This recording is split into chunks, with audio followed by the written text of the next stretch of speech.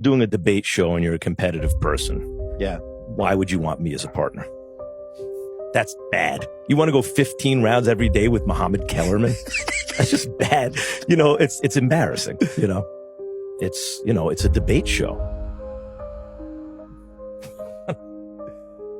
Eventually, you're going to say, I don't want to do that anymore. That's one aspect of it. There are others. In other words, that's what I could tell you from my point of view. Yeah. And I also think that if you make a calculation, that if you can be perceived as a solo act, really, that you can get paid at a certain level that you can't if you're not a solo act, then you'd like to be a solo act, or at least perceived that way. Look, I don't need a partner either. No. But I like having one because I find conversations more interesting than just talking into the wind, It's interesting because Stephen A. was the one partner I've ever had over like years. Yeah. Where I didn't feel like a relationship was really forming. And I like to go to work and you could feel a little bit watching it. He's a showman. Like he would, I never had to worry about when the little red light came on that it wouldn't be a show. But it would be like, you don't want to be undermined, If you have a counterintuitive conclusion about every topic in sports every day, you are insane. Like, Skip Bayless is very entertaining, and I always enjoy my interactions with him privately.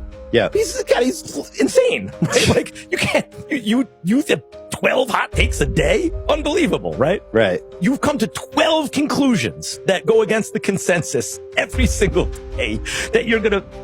But Stephen A. has no hot takes. Stephen A. almost never, I can't think of any counterintuitive conclusions that he ever reaches. That's not his job on the air. His job is to be the big reactor to a counterintuitive conclusion. Reactor.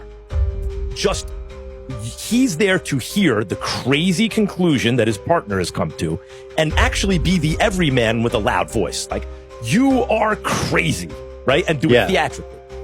So there's a lot of pressure on his partner to come up with a counterintuitive conclusion about everything. Victor Wembanyama is the best player in the NBA right now. There you go. There's a counterintuitive conclusion. Yeah. But you keep digging until you get a divergent opinion, and there is your argument. But there was a lot of pressure on that show.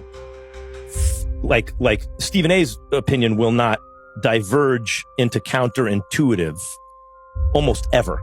So his big take will be, but he'll deliver it theatrically, is Steph Curry is the greatest shooter that God ever created. Who does not know this? Yeah. Everyone knows this.